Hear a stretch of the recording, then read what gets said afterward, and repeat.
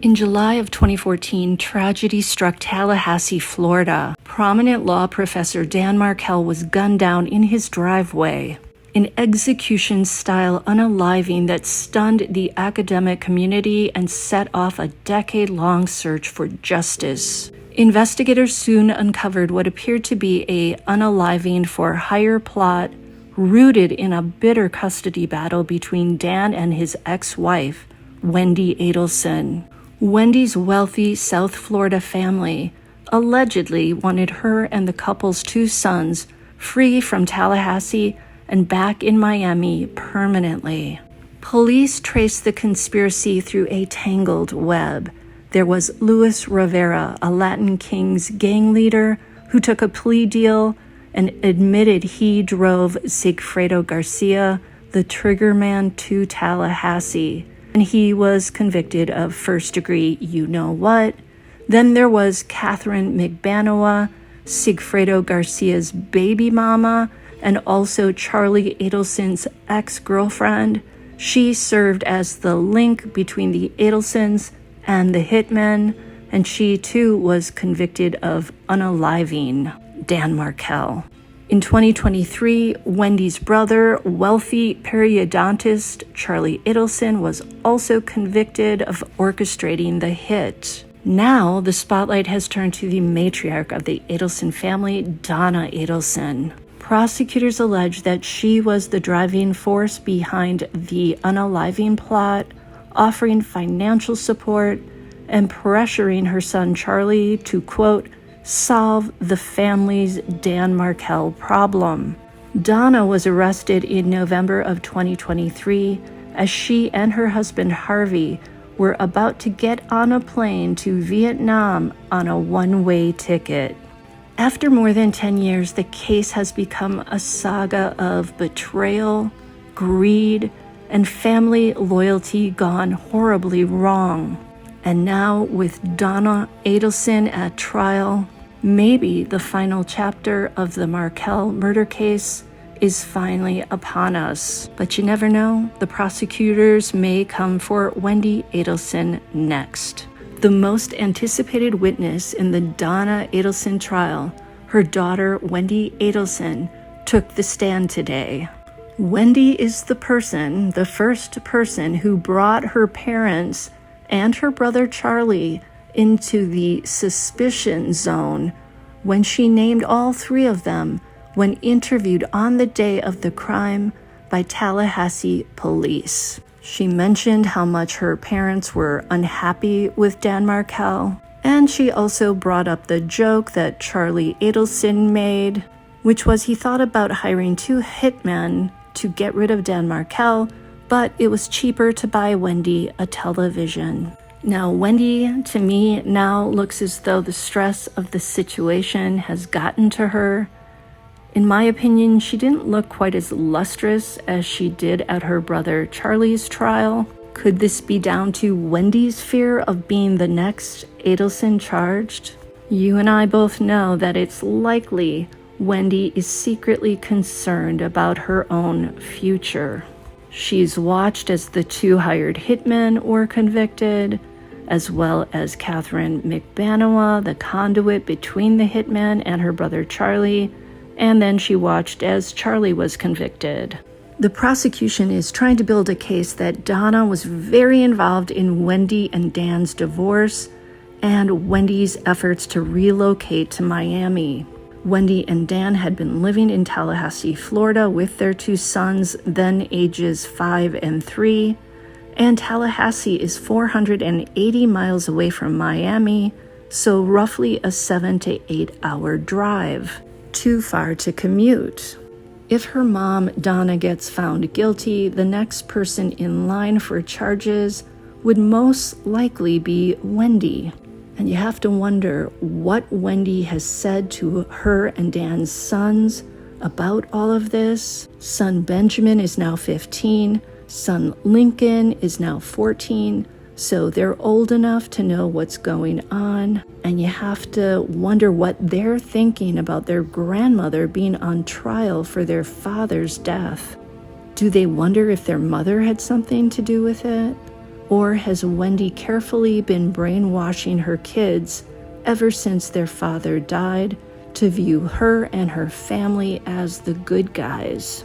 Now, Wendi's been working as an immigration attorney, and she's currently based out of Austin, Texas. To me, she looked nervous at first as prosecutor Georgia Kappelman began speaking to her. Wendi has been given use and derivative use immunity, which means that her testimony in Mom Donna's trial can't be used against her in any criminal prosecution in the future. Also, anything derived from her testimony cannot be used as evidence against her in the future. But Wendi can still be prosecuted based on independent evidence not derived from what she said on the stand in any of the trials that she's testified at. Court began today at 8:45 a.m. The courtroom was absolutely packed. Prosecutors began by calling investigator Newland to testify that Donna Adelson was very much involved in her daughter Wendi's and Dan Markel's divorce. Newland discussed emails sent by Wendi to an email account shared by Donna and her husband Harvey, and emails back to Wendi from that same account. The emails illustrated Donna's or Harvey's, depending upon who wrote them, dislike of Dan Markel, as well as suggestions that Donna made to Wendi to try and get Dan to agree to let her move permanently to South Florida with Benjamin and Lincoln. The emails also contained verbiage about how the Adelsons will ultimately win the battle and will never give up against Dan Markel. In those emails, Donna or Harvey referred to Dan in demeaning terms such as gibbers and that POS, piece of you-know-what. The defense countered that there's no evidence that those emails came from Donna and not from her husband Harvey. To me, this feels a little like Donna trying to throw Harvey under the bus to save her own arse. Of course, Harvey has never been charged in connection to Dan Markel's death, so maybe Donna and her lawyers feel that it's safe to throw Harvey under that bus. And Harvey, from what I can tell, is so devoted to Donna that he might be willing to fall on the sword for her, like anything to try and keep his beloved Donna out of prison for life. Now, when Wendi took the stand, the entire gallery was silent. The prosecutors set off to use Wendi's testimony to link Mother Donna to Dan Markel's unaliving and to drive home their theory that Donna was the puppet master pulling the strings behind the unaliving plot. She was also there trying to get Wendi and her brother Charlie on board to do whatever it took, perhaps even murder, to get Dan out of the picture. Another highly anticipated witness was called at 4:03 p.m. Donna's eldest son, Dr. Rob Adelson. Rob has been estranged from the family for many years, and he lives in New York, and he's lived there since 2012. He is a well-respected ear, nose, and throat doctor. Rob's the eldest of the children, then comes Charlie, and then Wendi. Rob said his mother Donna runs the show within the family, and she is more on the controlling side. Per Rob, Donna is a more assertive person than Dad Harvey. Harvey is more passive. Rob confirmed that his mother Donna was very involved in her kids' lives when they were growing up. Rob said she had rigid, fixed ideas about what her kids should do, and if you didn't do what she wanted you to do, things were not going to be fine. As long as you kowtowed to Donna, everything was fine. Rob stated that Donna had ideas about whom the kids should marry, and he felt that Donna was most involved in Wendi's life, followed by Charlie's. He was older, he felt like he got away from home, and therefore she didn't meddle perhaps as much or maybe he didn't let her meddle as much. We know that Donna did meddle in his love life. She didn't want him to marry the woman that he wanted to marry, and he kowtowed for a while, but ultimately he said, I want to be with the woman I love. The woman was of Indian descent, and Rob married her, and they are still together. Rob felt that Donna was over-involved and too controlling in her adult children's lives. I gotta say, for a mom who was so determined to control her kids' lives, she sure helped screw up Charlie's and Wendi's lives, in my opinion, because of this Dan Markel unaliving, allegedly. That's just my opinion.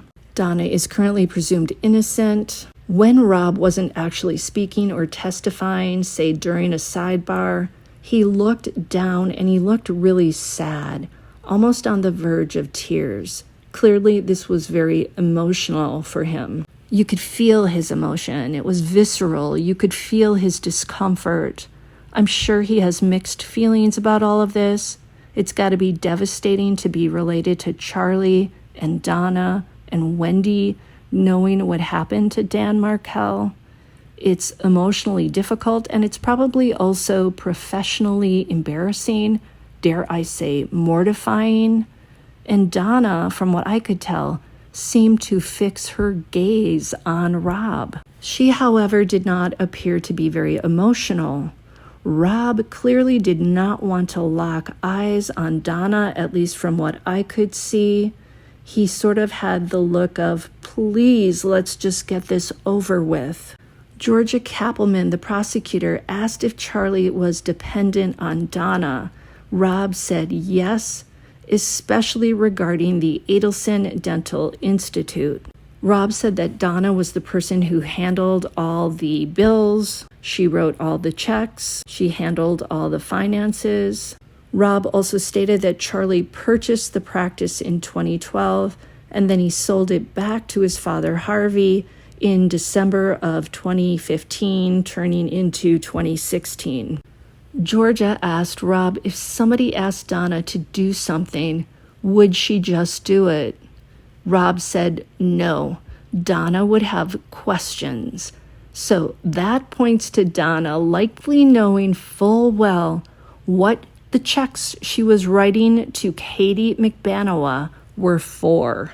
Donna's defense team has tried to make it look like Donna was just writing bills that Charlie told her to, but Rob is saying here, Donna would never have just been writing checks out to somebody who didn't work at the institute, who never showed up there. Therefore, we can assume that Donna probably knew exactly what those checks to Katie McBanoa were for, and that was for her role connecting Charlie with the two hitmen. Rob said that Donna in the beginning really liked Dan Markel, but she eventually came to hate him, and Wendi played the damsel in distress for her mother. Rob also said this about Wendi and Dan's contentious divorce. Quote, Danny is depoting Wendi to death, meaning that Dan was filing motions and deposing Wendi quite a lot. He wasn't going to go down quietly. Rob also stated that Donna told him that she'd been in Tallahassee for a month at one point, renting a new place for Wendi and arranging for movers, moving money around. This was before Wendi told Dan that she was going to divorce him. Wendi actually moved out of their shared home on Trescott Drive while Dan was away in New York City.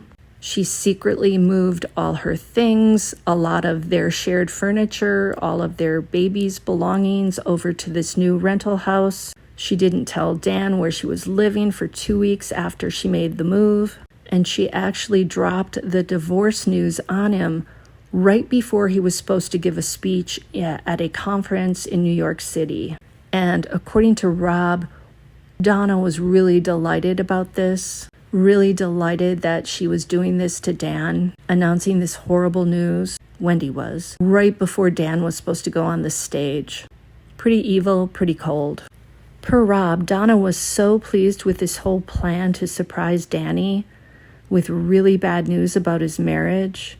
Rob said his mom kept bringing up a job offer as well that Wendi had in Miami and how great it would be for her. And according to Rob, after Dan's death, Donna was angry because the law firm that had offered Wendi a position suddenly decided against hiring her because of the crime that happened in Tallahassee against Dan Markel. The business partners or the law partners didn't want anything to do with Wendi Adelson. Rob also confirmed that his mother told him about the $1 million bribe that she wanted to offer Dan in exchange for him to agree to let Wendi relocate with Benjamin and Lincoln to South Florida.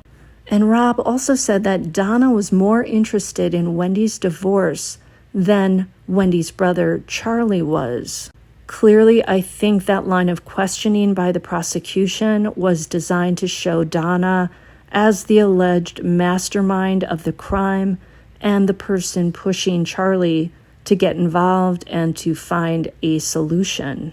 Rob said that Charlie was more interested in go-karts and boats than in Wendi's divorce. So it sounds like Charlie would not have inserted himself in this whole horrible thing if Donna had not been constantly pressuring him. Rob also confirmed that Donna was equally interested in her two grandsons' lives and futures. Rob was also asked about his father Harvey's 70th birthday party at his and Donna's condo at the Continuum in Miami.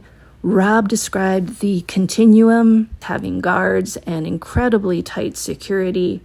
Donna and Harvey moved into this high-end condo where celebrities also lived in July of, I believe, 2014.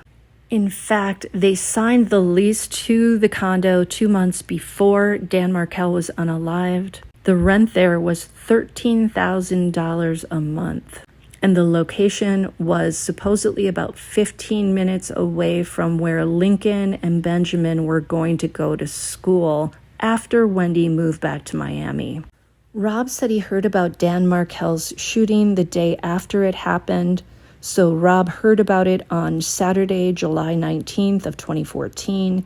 He said he was in Chicago, staying at the Westin Hotel at the time. He got a phone call, and then he got a text from his mother, Donna, and she texted that a tragedy had occurred and he should call her. Donna told Rob what had happened to Dan, that he didn't survive. Rob said Donna was not crying on the call, and in fact, she was very matter-of-fact. And then on Sunday, July 20th, Donna told Rob that somebody knocked on Dan's door and asked, "Are you Dan Markel?" and then shot him. The story really bothered Rob because he said there's only one way Donna could know what happened at that moment, and that would have been that she would have been involved somehow in the crime. That was the implication anyway. Donna also called Rob later to say that if the police come around, do not talk to them. And Rob was like, "Well, I've already spoken to them." Donna then replied, "Well, you don't know anything anyway." Wow, to me that's very telling and very damning. And then Rob said that Donna and the rest of the family, nobody seemed very interested or curious about who might have unalived Dan. And he said every time he asked his mother any questions about the crime, she would change the subject. In mid-August of 2014, Rob asked his parents, "What do you think happened?" And Donna said, "I don't know and I don't care." Rob was very surprised by his mother's lack of curiosity. Rob then talked about when the two hitmen, Sigfredo Garcia and Luis Rivera, were arrested in 2016. Somebody told it to him at work. It was on May 26, 2016. Rob was wondering if he should call his parents about it. He spoke to his wife, and then they decided to wait for Donna and Harvey to call them because his wedding anniversary was in 2 days. And sure enough, 2 days later, Donna and Harvey called them to say, "Congratulations on your anniversary, happy anniversary." And note that they did not mention the hitmen who were arrested. They didn't say a thing. And Donna then said, "Gotta go." And she hung up when he asked her about it. And after that, Rob said he's never spoken to Donna again. So again, that was on May 28th of 2016, a very long time ago. To me, I started thinking it's interesting that Rob, although I don't know for sure if he did or he didn't go to the cops to say, my family may be involved in Dan Markel's unaliving. Now, if he didn't do that, I would sort of understand, because that would be a very hard thing to do, to call the cops to say, I'm concerned that my family might be involved in this horrible crime. The defense then cross-examined Rob, and they clarified that it was a family friend, not Donna, who told him not to speak to the cops. But of course, whoever that was probably acting on Donna's behalf. The last witness of the day was a Tallahassee police officer who was assigned to secure the crime scene. He testified that a mid-2000 maroon Honda Odyssey van approached him along Trescott Drive sometime between noon and 1 p.m. on the day of the crime. That vehicle is exactly the type that Wendi Adelson drove at the time. According to the officer, it approached Trescott between noon and 1 p.m. The officer felt that the vehicle's movement was odd because it showed little hesitation when turning around at the roadblock. The other vehicles seemed to be slower to turn around, as if it was taking them longer to process the whole situation and maybe look to see what was going on. So I think the implication was that Wendi allegedly drove over there to check out the scene to see what had happened. Did the hitmen really do the job? Allegedly, she claimed she was over there to go to a liquor store that was near her former home because she knew how to get there. And this doesn't make sense because where she was living at the time, there were a lot of liquor stores nearby. So why would she drive all this way out of her way to go to that other liquor store?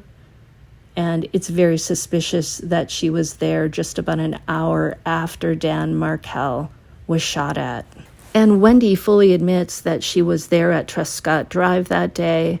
But again, she said she was going to the liquor store to buy a bottle of, I think, bourbon for a Stock the Bar party.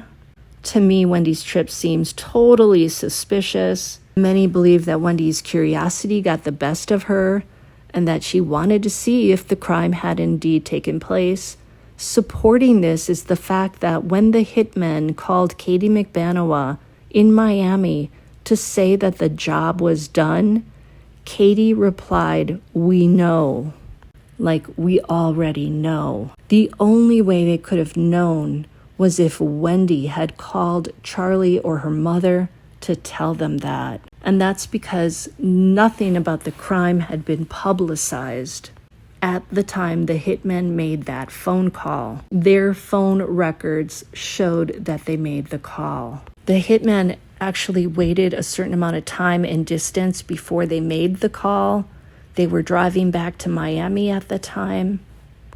I want to go back to Wendi for a second and her testimony today. She once again told a courtroom that she had nothing to do with the plot to unalive her ex-husband, Dan Markel.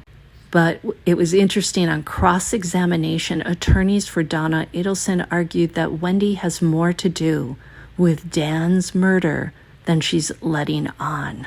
And boy, was Donna watching Wendi intently as she testified. Wendi's story pretty much remains the same as she shared in the 3 previous trials.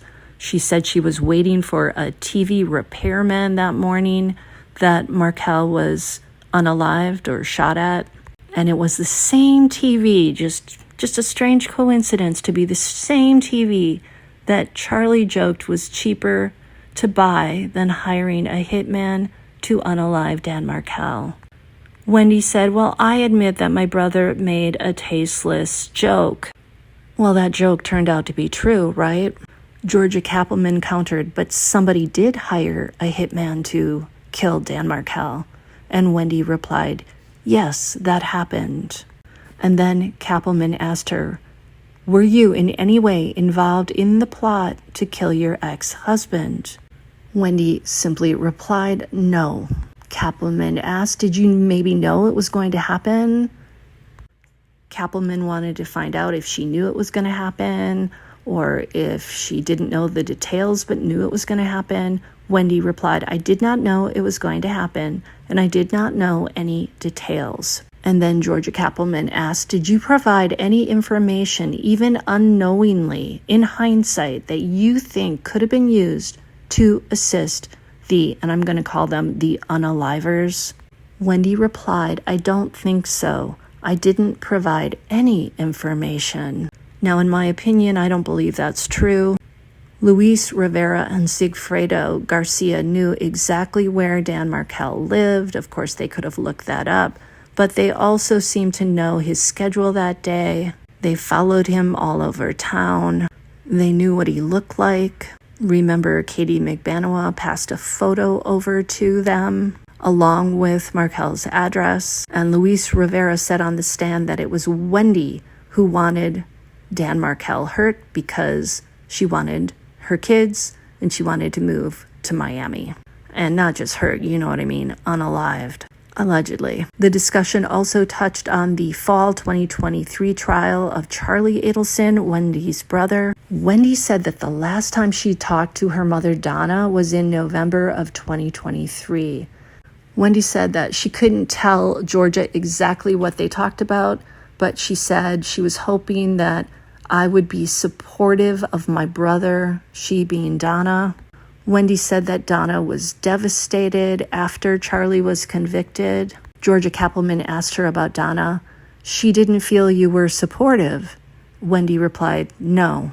Donna Adelson's attorney cross-examined Wendi, and it appeared that she was trying to paint Donna as a very caring mother and grandmother. And of course, Wendi said that Donna, yes, was a very good mother, and that Donna was always there for her when she needed her. The attorney also asked Wendi if Donna was always kind to Dan Markel when they interacted, and Wendi said that her mother, Donna, had been kind to Dan. Donna's attorney then went on to say that not one single time did Donna ever suggest in writing or to you personally that Danny deserved to be harmed, did she? Wendi replied, never. And then Donna's attorney talked about how Dan and Wendi's sons have grown up without their father and how horrible that has been. Donna's attorney said about Wendi's kids, quote, they've grown up without their father. They don't have him at all, end quote. Then the attorney went on to say to Wendi, you testified on direct that anybody in your family that had anything to do with it should be held responsible. Isn't that correct? Wendi replied, yes. Donna's attorney replied, that includes you, doesn't it? Wendi replied, anyone who's responsible. And after that, that's when Wendi's oldest brother, Rob, took the stand. And there was an interesting moment in court when Wendi left the stand. She walked past her father and she reached out to hug him. He did not reach out to hug her, but he did give her a kiss on the cheek. It seems as though maybe those two haven't really been in contact very much since Donna was arrested. I think that Wendi's attorneys have told her, do not communicate with your parents at all. Separate from all of this. Isolate yourself, probably out of fear that something might be said and overheard, maybe on a wiretap. I think Wendi probably thinks it's simply too dangerous for her to speak to her parents. She can't call her mother without being recorded on the jailhouse line, right? And Harvey's phone is probably wiretapped. And honestly, at this point in the family, it seems like it's each man for themselves. Donna is doing everything she can to stay out of prison, not get convicted. I'm sure Harvey doesn't want to go to prison either. Both parents have been upset with Wendi because she didn't show much sympathy for Charlie after he was convicted. At least according to Donna, she didn't even call to ask how he was doing. And Wendi, you know she doesn't want to go to prison. So she's in complete protect Wendi mode.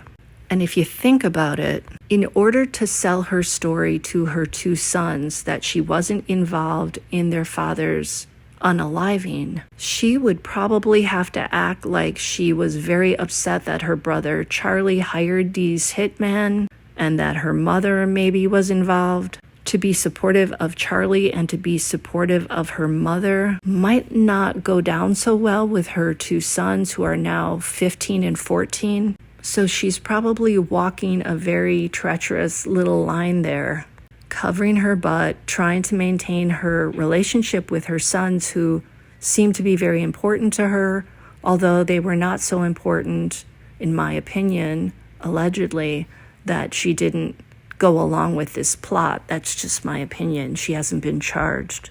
She didn't care enough about Dan Markel, at least, to say he deserves to be in his children's lives and he should be able to stay in Tallahassee to do that.